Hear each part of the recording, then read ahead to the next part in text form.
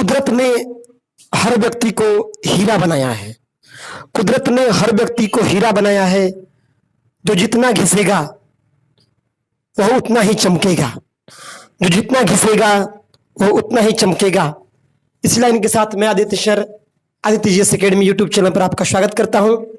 और आज जो मैंने टॉपिक सेलेक्ट किया है, चूज किया है, one of the best and great topic, नाम है उसका रॉलेट एक्ट और जालियांवाला बाग हत्या कांड। चलिए आइए सीखते हैं रॉलेट एक्ट। देखिए, मैं जो कहानी सुनाने जा रहा हूं वह आपकी दिल और दिमाग दोनों को ही हिला देगा पूरी तरह से। तो आज मैं चूज किया हूं रॉलेट एक्ट और जालियांवाला बाग हत्या कांड। ठीक है दोस्त, देखो रॉलेट एक्ट है क्या? देखिए, रॉलेट एक्ट कहिए या फिर क्रांतिकारी एवं अराजकता एक्ट, इसके दो नाम है। रॉलेट एक्ट कह सकते हैं, इसको क्रांतिकारी एवं अराजकता एक्ट कह सकते हैं। ऐसा क्रांतिकारी एवं अराजकता एक्ट बराबर रॉलेट एक्ट। थोड़ा डीपली पढ़ा रहा हूं, बीपीएससी लेवल दे रहा हूं, ठीक है। तो रॉलेट एक्ट बराबर क्रांतिकारी एवं अराजकता एक्ट होता है ऐसा, जिसे भारत में भारतीयों के द्वारा काला कानून कहा गया। क्या कहा गया? काला कानून कहा गया। ऐसा रॉलेट एक्ट को हम कह सकते हैं क्रांतिकारी एवं अराजकता अधिनियम, ऐसा जिसको भारत में भारतीयों के द्वारा क्या कहा गया? भारत में भारतीयों के द्वारा इसको काला कानून कहा गया। भारत में भारतीयों के द्वारा इसको काला कानून कहा गया। ऐसा यानी रॉलेट एक्ट बराबर क्या होगा? तो काला कानून। और यह जो एक्ट है क्या? ना कोई वकील, ना कोई दलील, ना कोई अपील, सबके आधार पर किसी भी भारतीय को गिरफ्तार करके बिना मुकदमा चलाए कितना भी समय तक के लिए जेल में बंद कर देना। सोचिए क्या कंडीशन था। रॉलेट एक्ट है क्या? इसको भारत में क्या कहा गया? काला कानून कहा गया। अंग्रेज के द्वारा सबके आधार पर किसी भी भारतीय को बिना मुकदमा चलाए, ना कोई वकील, ना कोई मुकील, ना कोई दलील, सबके आधार पर किसी भी भारतीय को कितना भी समय के लिए जेल में ठूस देना, वो भी बिना मुकदमा चलाए। इस कारण से इसको भारत में क्या कहा गया? काला कानून कहा गया। क्या कहा गया? काला कानून कहा गया। रॉलेट एक्ट को क्रांतिकारी एवं अराजकता एक्ट भी कहते हैं। रॉलेट एक्ट को क्रांतिकारी एवं अराजकता एक्ट भी कहते हैं, अधिनियम भी कहते हैं। ना कोई वकील, ना कोई मुकील, ना कोई दलील, सबके आधार पर कितना भी समय के लिए किसी व्यक्ति को जेल में ठूस देना। जब वो जेल में चला जाएगा तो ना ही उससे कोई मिलेगा, ना ही कोई अपना वकील रख सकता है, ना ही वो अपना दलील दे सकता है। बट वर्तमान में क्या है कि बंदी प्रत्यक्षीकरण, आप लोग नाम सुने होंगे पॉलिटिक्स में, कि अगर पुलिस किसी व्यक्ति को पकड़ता है तो 24 घंटे के भीतर उसको कोर्ट के सामने प्रस्तुत करना होता है। ऐसा अभी याद हो जाएगा, बस 5 मिनट डिस्कस करेंगे, ठीक है।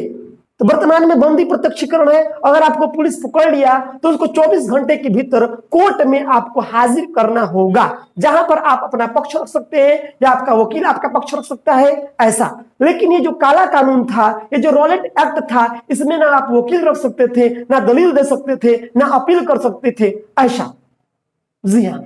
अब देखिए भारत में आखिर ये क्यों लाया अंग्रेज? देखिए 57 की क्रांति हो चुकी है, गांधी जी भारत आ चुके हैं। 1900 पता ही आपको कि 15 में गांधी जी भारत आए थे। जी हाँ। और 57वीं क्रांति हो चुकी है। जी हाँ। तो ये बताते हैं आप लोगों को कि भारत में क्रांतिकारियों के प्रभाव को समाप्त करने के लिए ब्रिटिश सरकार ने 1917 में सर सिडनी रॉलेट की अध्यक्षता में एक समिति बनाई। अब यहां पे मैं जोड़ूंगा, ये देखो, रॉलेट एक्ट क्रांतिकारी एवं अराजकता अधिनियम, रॉलेट एक्ट क्रांतिकारी एवं अराजकता अधिनियम। जी हाँ, इसको भारत में क्या कहा गया? काला कानून। रॉलेट एक्ट है क्या? ना कोई वकील, ना कोई दलील, ना कोई मतलब अपील, सबके आधार पर किसी भी भारतीय को कितना भी दिन के लिए जेल में ठूस देना, यह था आपका रॉलेट एक्ट। जी हाँ। किसकी अध्यक्षता में पारित हुआ? तो यह सर सिडनी रॉलेट की अध्यक्षता में पारित हुआ। सर सिडनी रॉलेट की अध्यक्षता में रॉलेट एक्ट को बनाया गया। सर सिडनी रॉलेट की अध्यक्षता में बनता है क्या? Rowlatt act. Sir Sydney Rowlatt की अध्यक्षता में बनता है क्या? रॉलेट एक्ट बनता है सर सिडनी रॉलेट की अध्यक्षता में। इस एक्ट की सोडिसन समिति ने सिफारिश किया था। किसने सिफारिश किया? तो माइंडेड कीजिएगा, रॉलेट एक्ट के बारे में किस समिति ने सिफारिश किया? सोडिसन कमिटी थी एक, सोडिसन कमिटी जो थी उसने क्या किया? रॉलेट एक्ट की सिफारिश किया था और इसकी अवधि थी 2 साल। रॉलेट एक्ट किसी व्यक्ति को लग जाए तो 2 साल तक उसको पकड़ के रखा सकता था, लेकिन कुछ किताबों का कहना है विद्वानों का कि 20-20 साल तक भी बंद करके लोग रख सकते थे ऐसा। ठीक है, तो अकॉर्डिंग टू एनसीईआरटी 2 साल वैलिडिटी बताया जा रहा है। अब ये भारत में पारित होता है 19 मार्च 1919 को। 19 मार्च 1919 को भारत में पारित हो गया। पारित होते ही जब लोग इसके बारे में जाने के अरे बाप रे बाप ये क्या है, ये काला कानून है, तो लोग इसका विरोध करने लगे। हर जगह देश भर में राष्ट्रव्यापी हड़ताल हुई। जी हाँ, प्रदर्शन शुरू हो गए और जब ये प्रदर्शन शुरू हो गए, राष्ट्रव्यापी हड़ताल शुरू हो गए, तो सरकार क्या करता है? बर्बरता से उसका दमन शुरू कर दिया। सरकार क्या करता है? बर्बरता से उसका दमन शुरू कर दिया और इसके विरोध में संपूर्ण देश में 6 अप्रैल 1919 का दिन था। इस दिन राष्ट्रव्यापी या राष्ट्रीय अपमान दिवस मनाया गया। संपूर्ण भारतवर्ष में क्या मनाया गया? राष्ट्रीय अपमान दिवस मनाया गया। ऐसा राष्ट्रीय अपमान दिवस मनाया गया संपूर्ण भारतवर्ष में 6 अप्रैल 1919 को क्या मनाया गया? तो राष्ट्रीय अपमान दिवस मनाया गया। ऐसा एक बार कंबाइन करते हैं क्वेश्चनों को। रॉलेट एक्ट कब पारित हुआ? 1919 में। भारत में इसे क्या कहा गया? काला कानून कहा गया। किसकी अध्यक्षता में? सर सिडनी रॉलेट की अध्यक्षता में। रॉलेट एक्ट का सिफारिश कौन किया था? सोडिसन कमेटी ने किया था। किसने? सोडिसन कमेटी ने किया था। सोडिसन कमेटी ने क्या किया था? सोडिसन कमेटी ने सिफारिश किया था। किसका? रॉलेट एक्ट का सिफारिश किसने किया? सोडिसन कमेटी ने किया था। ऐसा जी हाँ, भारत में संपूर्ण भारतवर्ष में राष्ट्रीय अपमान दिवस कब मनाया गया? 6 अप्रैल 1919 को। 6 अप्रैल 1919 को संपूर्ण भारतवर्ष में राष्ट्रीय अपमान दिवस मनाया गया। क्या मनाया गया? राष्ट्रीय अपमान दिवस। ऐसा फिर भी विरोध के पश्चात मैं बात करता हूं दोस्त आपको कि पंजाब के इस एक्ट के आधार पर एक बार स्क्रीनशॉट ले लीजिए आप लोग।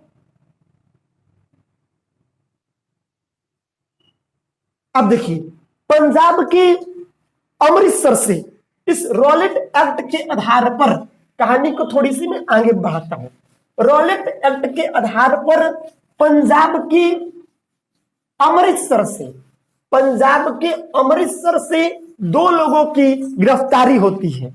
जी हाँ, इस रॉलेट एक्ट के आधार पर पंजाब के अमृतसर से, कहां पर? ये रहा आपका पंजाब। इस पंजाब के अमृतसर एक स्थान है, अमृतसर नाम आप लोग सुने होंगे कि पंजाब के अमृतसर से 2 लोगों की गिरफ्तारी होती है। कितने लोगों की? 2 लोगों की गिरफ्तारी होती है। और ये जो दोनों ही लोग थे बड़े ही मतलब कि अपने एरिया के, अपने स्थान के मतलब कि कदावर, जी कदवार लीडर थे। नाम था उनका एक डॉक्टर सतपाल और एक सैफुद्दीन किचलू। लोगों के दिलों में बसते थे।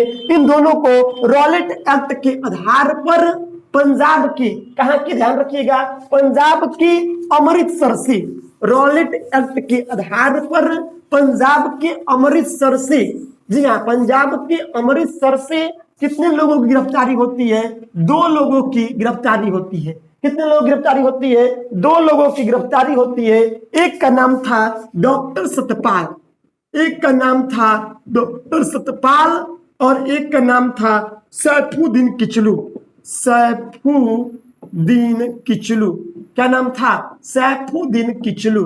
अब ये 2 लोगों की गिरफ्तारी हो चुकी है, एक डॉक्टर सतपाल और दूसरा सैफुद्दीन किचलू की। किस एक्ट के आधार पर? रॉलेट एक्ट के आधार पर। यानी अब ये पकड़ के रखे जा चुके हैं जेल में। पंजाब के अमृतसर से गिरफ्तारी होती है डॉक्टर सतपाल और सैफुद्दीन किचलू की। ऐसा अब इन दोनों का समाज में एक बहुत बड़ा वर्चस्व था।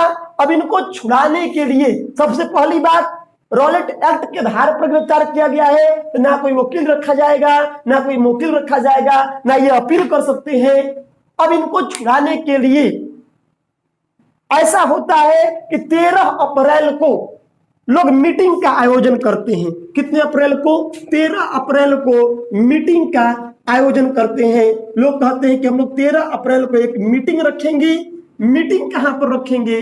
तो माइंडेड कीजिएगा, 13 अप्रैल 1919, वर्ष 1919 को चल रहा है। हम लोग 13 अप्रैल 1919 को एक मीटिंग रखेंगे। कहां पर रखेंगे? जालियांवाला बाग में। या पंजाब के अमृतसर में जालियांवाला बाग है, वहीं पर मीटिंग रखना तय हुआ। कब तय हुआ? 13 अप्रैल को। सबसे पहले हम लोगों ने जाना कि रॉलेट एक्ट क्या है। ना कोई वकील, ना कोई मुवक्किल, ना कोई दलील, शक के आधार पर किसी भी व्यक्ति को बिना मुकदमा चलाए कितने भी समय के लिए जेल में ठूस देना। किसकी अध्यक्षता में पारित हुआ? यह सर सिडनी रॉलेट की अध्यक्षता में पारित हुआ। किस कमेटी के आधार पर सिफारिश? किसने? सोडिसन कमेटी ने सिफारिश किया था। इसकी वैलिडिटी कितने साल थी? 2 साल। कहीं कहीं बुक में लिखता है 20 साल तक, ऐसा।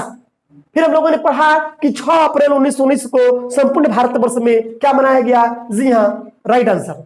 इसके बाद हम लोगों ने पढ़ा कि क्या बोलते हैं कि रॉलेट एक्ट जो है वह क्रांतिकारी एवं अराजकता अधिनियम कहा गया, ऐसा। भारत में से क्या कहा गया? काला कानून कहा गया, ऐसा। जी हाँ। अब देखिए कहानी थोड़ी सी आगे बढ़ती है। रॉलेट एक्ट के आधार पर कहां से 2 व्यक्तियों को गिरफ्तार किया गया? पंजाब के अमृतसर से। कितने लोगों को गिरफ्तार किया गया? 2। एक का नाम था डॉक्टर सतपाल और एक का नाम था सैफुद्दीन किचलू। डॉक्टर सतपाल और सैफुद्दीन किचलू को गिरफ्तार कर लिया गया। कहां से गिरफ्तार किया गया? तो यह आपके पंजाब के अमृतसर से 2 लोगों की गिरफ्तारी हुई, डॉक्टर सतपाल और सैफुद्दीन किचलू। इनको छुड़ाने के लिए मीटिंग का आयोजन कब किया गया? 13 अप्रैल 1919 को मीटिंग का आयोजन हुआ। पहिया हुआ 13 अप्रैल 1919 को मीटिंग रखा गया। कहां पर रखा गया? तो जालियांवाला बाग, जालियांवाला बाग। अब टॉपिक हम लोग का घूम चुका है। जालियांवाला बाग में मीटिंग का आयोजन हुआ। ये जो जालियांवाला बाग था, ये जल्ली नामक व्यक्ति की व्यक्तिगत संपत्ति थी। इसकी संपत्ति थी, एक जल्ली नामक व्यक्ति था, उसी की यह संपत्ति थी। जालियांवाला बाग जो था जल्ली नामक व्यक्ति की संपत्ति थी। 13 अप्रैल 1919 को मीटिंग का दिन तय किया गया और स्थान कहां था? जालियांवाला बाग। यहां पर लोगों ने तय कर लिया हम लोग मिलेंगे। कहां मिलेंगे? जालियांवाले बाग में हम लोगों का मीटिंग होगा, भेंट होगा। कहां पर? जालियांवाले बाग में। कहिया 13 अप्रैल 1919 को, 13 अप्रैल 1919 को जालियांवाले बाग में मीटिंग रखा गया। 13 अप्रैल 1919 को जालियांवाला बाग में मीटिंग रखा गया, ऐसा। अब देखो दोस्त, जालियांवाला बाग किसकी संपत्ति थी? जल्ली। अब धीरे धीरे सभी लोग, जो भी लोग थे, एक दूसरे को बोलने लगे कि भैया जालियांवाले बाग में मीटिंग रखा गया है। कहां पर रखा गया है? जालियांवाले बाग में मीटिंग रखा गया है। कहिया रखा गया? 13 अप्रैल 1919।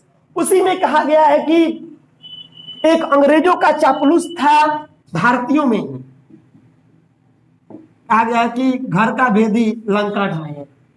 अभी हाल ही रामायण देखे होंगे शायद, विभीषण नहीं रहता तो रावण का मारना इम्पॉसिबल था। उसने इशारा किया भगवान राम को कि नाभि में मारी गई। जी हाँ, अगर सुग्रीव नहीं रहता तो शायद बाली का अंत नहीं हुआ रहता। उसने कहा कि इसको छिप के बाली पर प्रहार कर सकते हैं। तो ऐसे ही क्या हुआ कि भारतीय था, उसका नाम था हंसराज। अब जैसे ही इसको मालूम चला कि सभी भारतीय जो है वो 13 अप्रैल 1919 को जालियांवाला बाग, कौन सा जालियांवाला बाग? जो जल्ली का है, वहां पर मीटिंग रखे कहिया 13 अप्रैल को, तो उनको छुड़ाने के लिए तो यह हंसराज नामक भारतीय क्या करता है? जाकर इस मीटिंग का मुखबिरी कर देता है। किससे? तो अंग्रेजों से जाकर इस मीटिंग का मुखबिरी कर देता है। जी हाँ, मुखबिरी कर देता है कि भैया कि ये जो भारतीय है ना, 13 अप्रैल को 1919 में कहा जालियांवाला बाग जो जल्ली का है ना, वहीं पर मीटिंग रख रहे हैं। सतपाल और सैफुद्दीन किचलू को छुड़ाने के उद्देश्य से रख रहे हैं मीटिंग। अब देखो बुआ, इस मीटिंग का मुखबिरी कौन कर दिया? हंसराज। संपत्ति किसी की थी? जल्दी की। वक्त बीता, 6 अप्रैल को राष्ट्रीय अपमान दिवस मनाया गया, सबको मालूम ही है पूरे भारत में। और 7 अप्रैल बीता, 8 अप्रैल बीता, 9 बीता। 9 अप्रैल को मेरा बर्थडे है, मेरा बर्थडे भी मनाया गया। तो 10 अप्रैल, 11 अप्रैल, 12 अप्रैल, आग की तरह यह खबर पूरे भारतवर्ष में फैल गई। और जो जो शुभचिंतक थे, जो लोग थे, वो जालियांवाले बाग में इकट्ठा होने लगे धीरे धीरे 13 अप्रैल को। और इसकी मुखबिरी जाकर ये हंसराजवा जो है ये कर दिया किससे? जनरल डायर से। देख ही रहे जनरल डायर को आप। जनरल डायर से क्या किया? ये मुखबिरी कर दिया। जनरल डायर से मुखबिरी कर दिया जनरल डायर से जाकर मुखबिरी कर दिया। कौन? ये हंसराज। जनरल डायर बहुत खुश हुआ, उसको इनाम स्वरूप कुछ दिया। अब देखिए 13 अप्रैल को खचाखच पूरा पार्क भरा हुआ था। पार्क आप देख लीजिए, यही था जालियांवाला बाग। जी हाँ, चारों तरफ ऊंची ऊंची दीवारें और निकलने का सिर्फ एक रास्ता। और ये जालियांवाला बाग जो आप देख रहे हैं, जी हाँ, और ये जो आप कुआं देख रहे हैं, इस जालियांवाले बाग के अंदर में एक कुआं भी था। अब क्या होता है, 13 अप्रैल 1919 को क्या होता है, जनरल डायर जब पार्क में बच्चे थे, बूढ़े थे, जवान थे, महिलाएं थे, सभी लोग जुटे हुए थे। जनरल डायर एंट्रेंस पे खड़ा होता है और अपने सैनिकों को आदेश देता है, फायरिंग का आदेश। पूरा दम फायरिंग, पूरा दम फायर, ठाए ठाए ठाए ठाए ठाए ठाए ठाए ठाए ठाए, पूरी तरह से पूरे उस पार्क को गोलियों से छलनी कर दिया जाता है। आप ये दीवार देख सकते हैं, इतनी राउंड गोलियां चली कि दीवालों में छेद हो गया। जो आप देख रहे हैं साफ साफ तस्वीरों में, इन दीवालों में तक छेद हो गया, इतनी राउंड गोलियां चलाए। और बहुत सारे लोग गोलियों से मर गए। बहुत सारे लोग जो है इस कुआं में, जो आप कुआं देख रहे हैं, ये कुआं में गिरकर मर गए। मेरे दोस्त, इस पार्क में भगदड़ की स्थिति मच गई। ऐसा मान्यता है कि वो कुआं लाशों से ऊपर तक पट गया। इतनी लाशें उस कुएं में, लोग भागने, कितने लोग तो एक के ऊपर एक चढ़कर जो दबे वो मर गए। जो बहुत सारे छोटे छोटे बच्चे कुचल के मर गए। पूरे पार्क में चित्कार, चारों तरफ आवाजें आवाजें, हर जगह कराह रहे थे लोग, चिल्ला रहे थे लोग। ये स्थिति बन गई थी, आप देख सकते हैं तस्वीरों। पूरा कुआं लाशों से ऊपर तक पड़ चुका था। इतिहासकारों का मानना है कि क्या जाने कितने महीने तक से उसमें से रक्त का, वर्तमान में उस कुएं को शहीदी कुआं कहते हैं। ऐसा क्या कहते हैं, शहीदी कुआं कहते हैं। अगली सुबह होती है, पूरे भारतवर्ष में यह खबर आग की तरफ फैल जाती है कि अंग्रेजों के द्वारा किया गया अभी तक सबसे क्रूर अत्याचार कोई था तो जलियांवाला बाग हत्याकांड। अगले दिन मीडिया में इसका आता है, जलियांवाला बाग हत्याकांड के नाम से इसको जाना जाता है। पेपर में अगले दिन छपता है, जलियांवाला बाग हत्याकांड। पूरे भारतवर्ष में हर जगह नारा लगने लगता है, जनरल डायर हाय हाय, जनरल डायर को फांसी दो, जनरल डायर को फांसी दो, जनरल डायर को गिरफ्तार करो, जनरल डायर को गिरफ्तार करो। ऐसा दोस्त मैं बताना चाहूंगा तुमको, जनरल डायर भाग गया, अंडरग्राउंड हो गया। और इस जलियांवाले बाग हत्याकांड से द्रवित होकर भारत में उस समय गांधी जी थे, रविन्द्रनाथ टैगोर थे। द्रवित होकर, जालियांवाले बाग हत्याकांड से द्रवित होकर गांधी जी क्या करते हैं, अपना कैसर ए हिंद की उपाधि, गांधी जी जो है वो कैसर ए हिंद की उपाधि वापस कर देते हैं। जी हाँ, रविन्द्रनाथ टैगोर जो है, रविंद्रनाथ टैगोर जो है अपना सर नाइटहुड की उपाधि वापस कर देते हैं। जमनालाल बजाज जो है, जमनालाल बजाज जो है अपना राय बहादुर की उपाधि वापस कर देते हैं। लिखते चलना, ठीक है, वापस कर देते हैं। कहते हैं कि हमें तुम्हारी उपाधियों की कोई सत्ता नहीं। गांधी जी कैसर हिंद, रविन्द्रनाथ टैगोर सर या नाइटहुड की उपाधि, जमनालाल बजाज क्या करते हैं, अपनी राय बहादुर की उपाधि वापस कर देते हैं। कहते हैं हमें नहीं चाहिए आपके रिस्पेक्ट, आपने तो हमारे अपनों का कत्ल किया है, नरसंहार किया है। अंग्रेज बड़ी खोपड़ी के थे, तो उन्होंने देखा पूरे भारत में विरोध होने लगा। यहां तक कि एक व्यक्ति था जो ब्रिटिश कार्यकारिणी परिषद में कार्य करता था, ब्रिटिश कार्यकारिणी परिषद में काम करता था, शंकरन नायर, शंकरन नायर नाम था। वो लात मार देता है उनकी जॉब को, कहता है कि मैं नहीं नौकरी करूंगा, तुमने तो मेरे अपनों का नरसंहार किया है। मैं ठोकर मारता हूं तुम्हारी इस नौकरी को। गांधी जी, कैसर हिंद, रवींद्रनाथ टैगोर सर या नाइटहुड की उपाधि और जमनालाल बजाज ने राय बहादुर की उपाधि वापस कर दी। और शंकरन नायर ने क्या किया, ब्रिटिश कार्यकारिणी परिषद से इस्तीफा दे देता है। ऐसा जी हाँ दोस्त, पूरे भारतवर्ष में इसका विरोध शुरू हो जाता है। स्क्रीनशॉट ले सकते हैं। पूरे भारतवर्ष में इसका विरोध शुरू हो जाता है।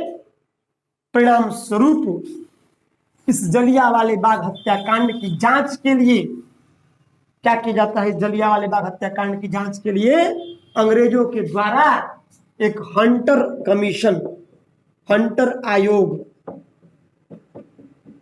का गठन होता है। लोग कहते हैं ठीक है, अगर जनरल डायर गलती किया है तो उसको सजा मिलेगी। जनरल डायर अगर गलती किया है तो उसको सजा मिलेगी। और हंटर आयोग का गठन होता है। और हंटर आयोग में 8 लोग थे। कितने सदस्य थे? 8 लोग। लॉर्ड हंटर इसका अध्यक्ष था। लॉर्ड हंटर जो था इसका अध्यक्ष था। और 8 लोगों में 5 अंग्रेज थे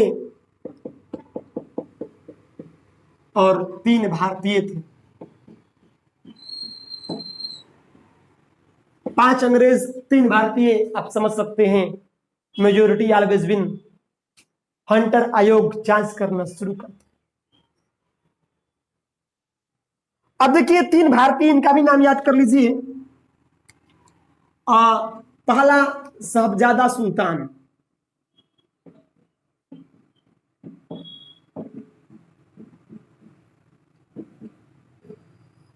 साहबजादा सुल्तान। दूसरा जगत नारायण।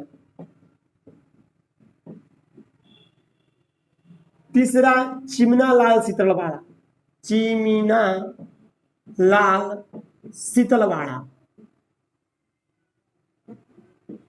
तो साहबजादा सुल्तान, जगत नारायण और चिमना लाल शीतलवाड़ा, ऐसा ये 3 भारतीय थे और 5 अंग्रेज। और हंटर कमीशन का अध्यक्ष कौन था? लॉर्ड हंटर था। अब ये जांच करता है जैसे कि सुशांत सिंह राजपूत का सीबीआई जांच हो रहा है, ठीक वैसे ही जलियांवाले बाग हत्याकांड की जांच होती है। और जांच करने के पश्चात रिजल्ट आता है कि जनरल डायर जो है निर्दोष है। हंटर कमीशन का यह रिपोर्ट आता है जांच करने के बाद कि जनरल डायर निर्दोष है। उसने गलती से फायरिंग का आदेश दे दिया था। वो आतंकवादियों को पकड़ने गया था, वो गलती से आदेश दे दिया था। ऐसा सोचिए। अब सोचो ये बात, जनरल डायर ने आदेश दिया था, गलती से आदेश दे दिया था। हंसराज मुखबिरी किया था जल्दी का वो जलियांवाला बाग। 13 अप्रैल 1919 की वो घटना। सोडिसन कमेटी, रॉलेट एक्ट लगता है। रॉलेट एक्ट 1919 में पारित होता है। जी हां दोस्तों, साथियों, देखो जनरल डायर निर्दोष। सोचिए क्या सोच रही ब्रिटिश हुकूमत की, कह देता है जनरल डायर निर्दोष था। वाह वाह, अरे जनरल डायर। भारत की ओर से भी एक कमेटी गठित किया गया। क्वेश्चन देंगे आप लोगों को। और उधर जनरल डायर, जो कि जब भारत में विरोध हो रहा था, विरोध के पश्चात वो भागकर चला गया ब्रिटेन की धरती पर। वहां ब्रिटिश हाउस ऑफ कॉमन्स उसको बब्बर शेर की उपाधि देती है और 2600 पाउंड देती है उसको। जी हां, ब्रिटिश हाउस ऑफ कॉमन्स कहती है तू तो बब्बर शेर था रे डायर। और यहां पर जांच का ठूटा ढकोसला कर रही है और वहां पर उसको बब्बर शेर कहती है। 2600 पाउंड देकर नवाजती है उसको, कहती जाओ ऐश करो, मौज करो। जी हां दोस्तों, ऐसा। लेकिन यह भारत की धरती है। अंतोगत्वा एक बच्चा था छोटा, ये सारा कार्य देख रहा था और देखते देखते अंत में बड़ा हुआ। नाम था उधम सिंह। जनरल डायर को मारकर इस जालियांवाले बाग हत्याकांड का प्रतिशोध ले लेता है। जी हां, प्रतिशोध ले लेता है जालियांवाले बाग हत्याकांड का। उम्मीद करते हैं आपको समझ में आया। एक बार फिर से रिपीट करता हूं, जालियांवाला बाग किसकी संपत्ति थी? जल्दी की। जालियांवाला बाग की मिट्टी की मुखबिरी किसने किया? हंसराज ने। उस पर फायरिंग का आदेश किसने? जनरल डायर ने। और जालियांवाला बाग हत्याकांड की जांच के लिए कौन सी कमेटी बनती? हंटर आयोग। अध्यक्ष कौन था? Lord Hunter. इसमें कितने लोग थे? 8। 5 को अंग्रेज, 3 को भारतीय। जी हाँ, रिपोर्ट क्या है? डायर निर्दोष था। और डायर को कौन सा उपाधि मिला? बब्बर शेर का। कितना पाउंड राशि मिला? 2600 पाउंड राशि मिला। रॉलेट एक्ट को भारत में क्या कहा गया? तो काला कानून कहा गया। ना कोई वकील, ना कोई मोकिल, ना कोई दलील, सत्य भारत में किसी भी भारतीय को कितना भी दिनों के लिए गिरफ्तार कर लेना। यह था आपका रॉलेट एक्ट। किसकी अध्यक्षता में पारित हुआ? सर सिडनी रॉलेट की अध्यक्षता में। किस कमेटी ने सिफारिश किया था? सोडिसन कमेटी ने। जी हाँ, राष्ट्रीय अपमान दिवस कब मनाया गया? 6 अप्रैल 1919 में। पूरे भारत में ऐसा, भारत में इस कानून को क्या कहा गया? काला कानून। वैलिडिटी 2 वर्ष से 20 वर्ष तक, ऐसा बताया गया। उम्मीद करते हैं समझ में आया होगा। जालियांवाला बाग हत्याकांड से द्रवित होकर गांधी जी कैसरे हिंद, सर ये नाइटहुड और ये जो थे जमनालाल बजाज राय बहादुर की उपाधि वापस कर दिए। साथ ही साथ हंटर आयोग का गठन होता है। ऐसा उम्मीद करते हैं दोस्तों आपको समझ में आया होगा। चलते चलते एक क्वेश्चन आपके साथ छोड़ता जा रहा हूं, ये बता दीजिएगा आप लोग मुझको कि ब्रिटिश के अनुसार कितने भारतीयों की मौत और घायल हुआ, और भारतीय कमेटी जो कि मदन मोहन मालवीय वाले की, उनके अनुसार कितने भारतीयों का मृत्यु हुआ और कितने लोग घायल हुए। उम्मीद करते हैं वीडियो पसंद आया होगा। अगर पसंद आया है तो लाइक कीजिए और अपने दोस्तों के बीच शेयर कीजिए। ज्यादा से ज्यादा लोगों से सब्सक्राइब कीजिए। मिलते हैं अपने नेक्स्ट वीडियो में। तब तक आप सभी लोगों को मेरा जय हिंद। जी हाँ, भारत माता की जय। कलम क्रांति जिंदाबाद। रख हौसला, हिम्मत ना हार।